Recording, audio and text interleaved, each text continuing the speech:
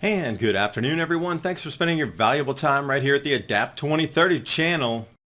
Back up at the Panama Canal, planned or by accident with a drought. UK, they're celebrating 6.8% inflation. See, they make it seem like it's a good thing as mortgage rates highest since 2002.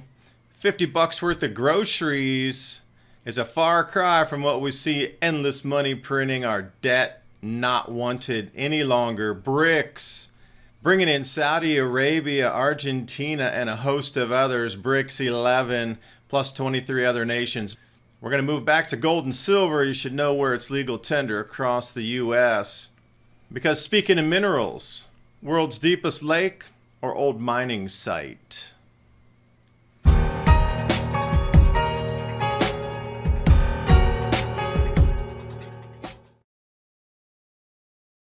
And we're looking at the Panama Canal going through the lock system here. Now they're blaming the slowdown on a massive drought that's occurring, but every El Nino, these types of droughts occur. So you really have to ask yourself, at this point, as the transits are occurring, is it bottlenecked on purpose or not? The question needs to be asked, what's really going on here? View from the air.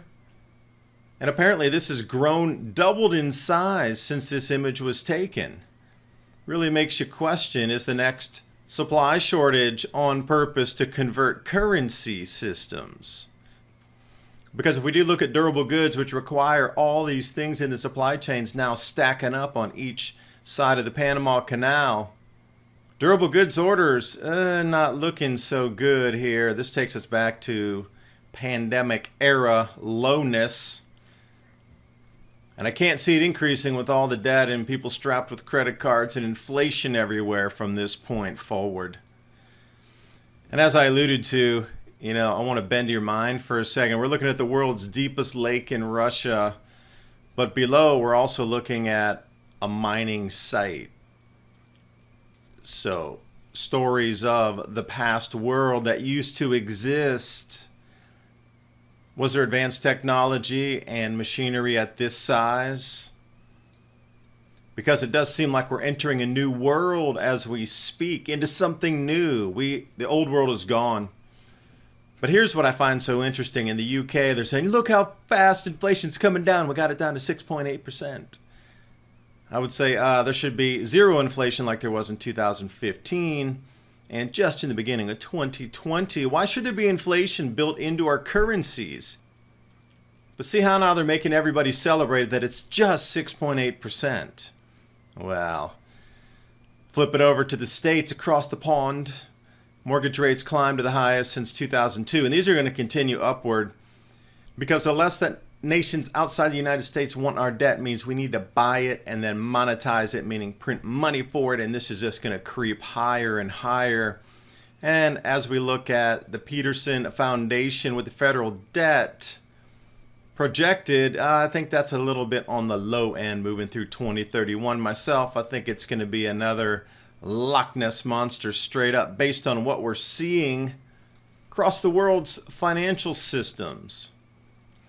And I'm going to bring you back into the 1970s here. Like this is between $30 and $50 worth of groceries, depending on how much meat is in there. But today's world, you couldn't touch that for $30.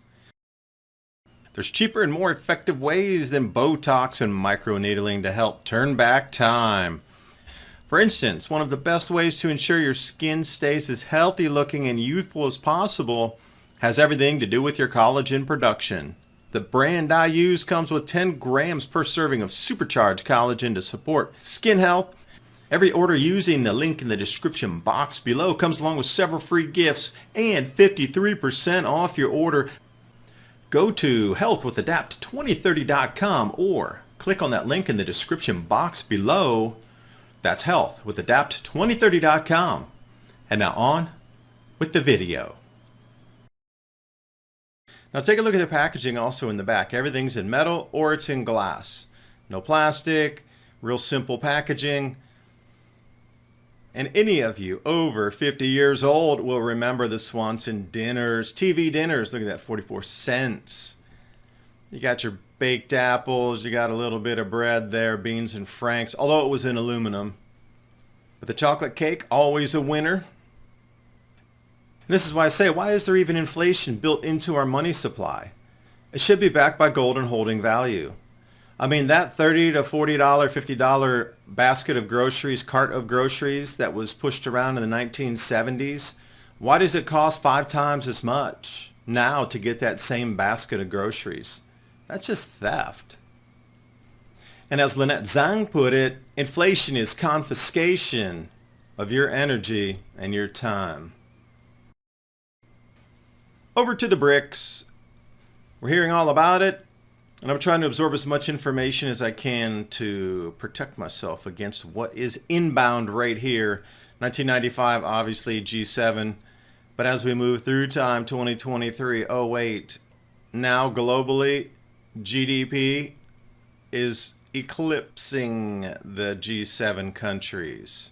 Oh, but I thought we could alienate them. And now there's a new term for it, BRICS 11. Not Ocean's 11, but BRICS 11. So a new inductee batch of 6, which included Saudi Arabia, Iran, United Arab Emirates, Argentina, Egypt, Ethiopia, powerhouses all themselves in different minerals, especially the oil that we need for our energies. So look at the new inductees, 6 of these. I see Saudi Arabia. This is the end of the petrodollar as you know it. Now it's not going to end in 2 seconds from now, but there is going to be a concerted unwind from this point forward, and the purchasing of our debt is not going to be. We're going to have to keep buying back our own treasury issuance every single auction. And if you didn't know, all of these other nations are in line to join BRICS formally in 2024. Now you're going to have to subtract out the 6 that were just inducted: Saudi Arabia, Argentina, Egypt, Ethiopia, United Arab Emirates, but you'll get the rest of those nations there. And once you start looking at the amount of oil resources that will be in this trading block, trading outside the U.S. dollar, this is where it's going to get, well, a little more inflationary, actually a lot. So I've always heard the joke, hey, I just paid $200 for $50 worth of groceries. That's a common one going around today.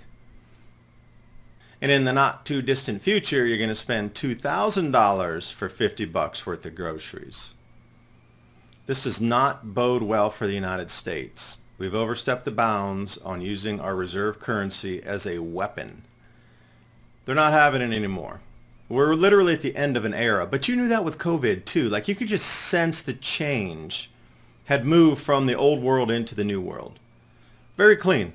It was undeniable.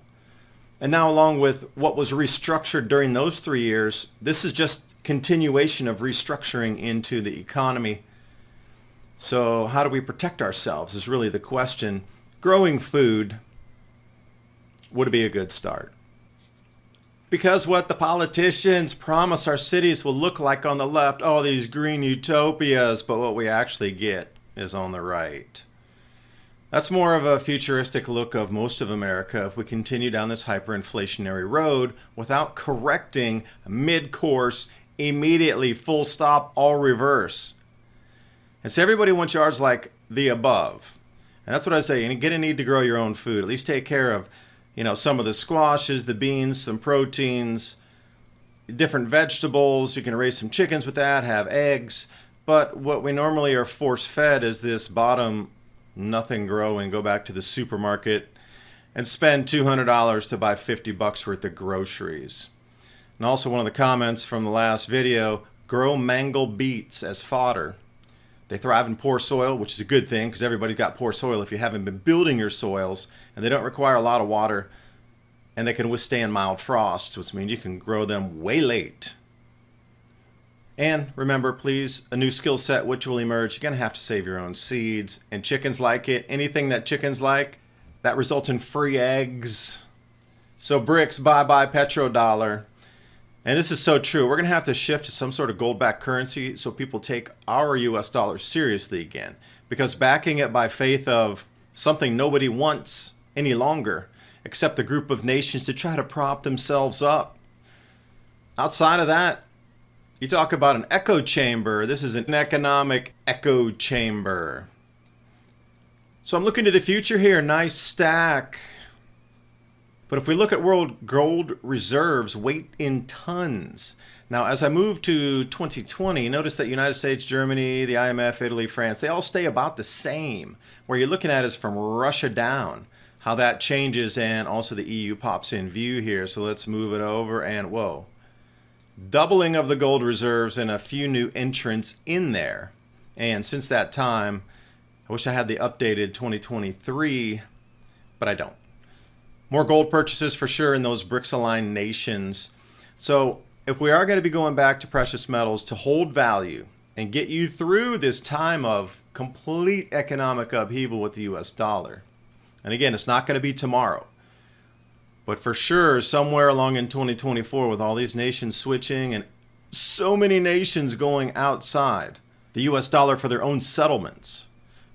Green, red, and blue. I'm looking at the green states. Where could you pay your property taxes with gold and silver as legal tender?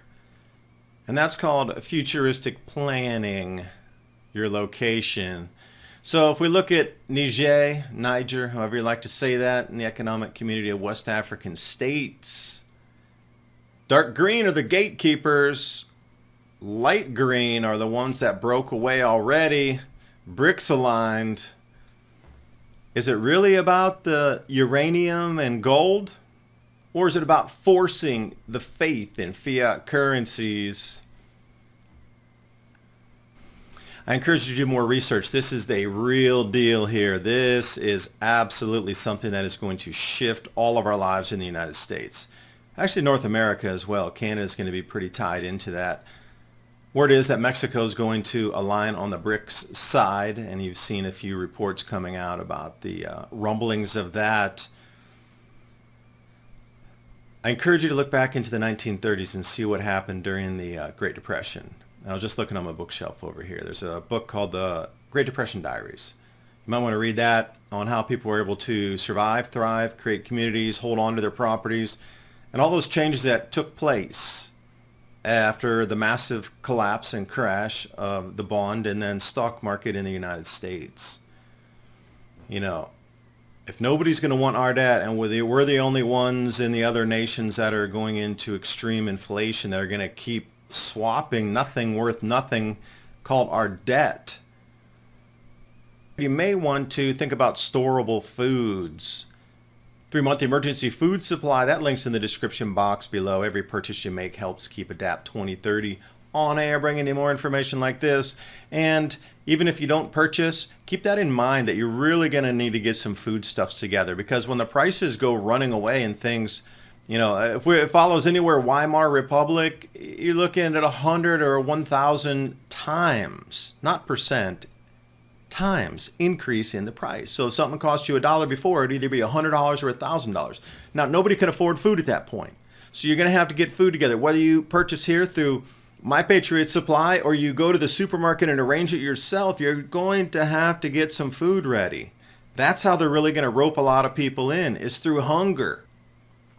And you want to be out free ranging at this time while everybody else is getting put through the cattle chute. I do appreciate you watching. Hope you got something out of the video. I'll see you next time. Bye for now.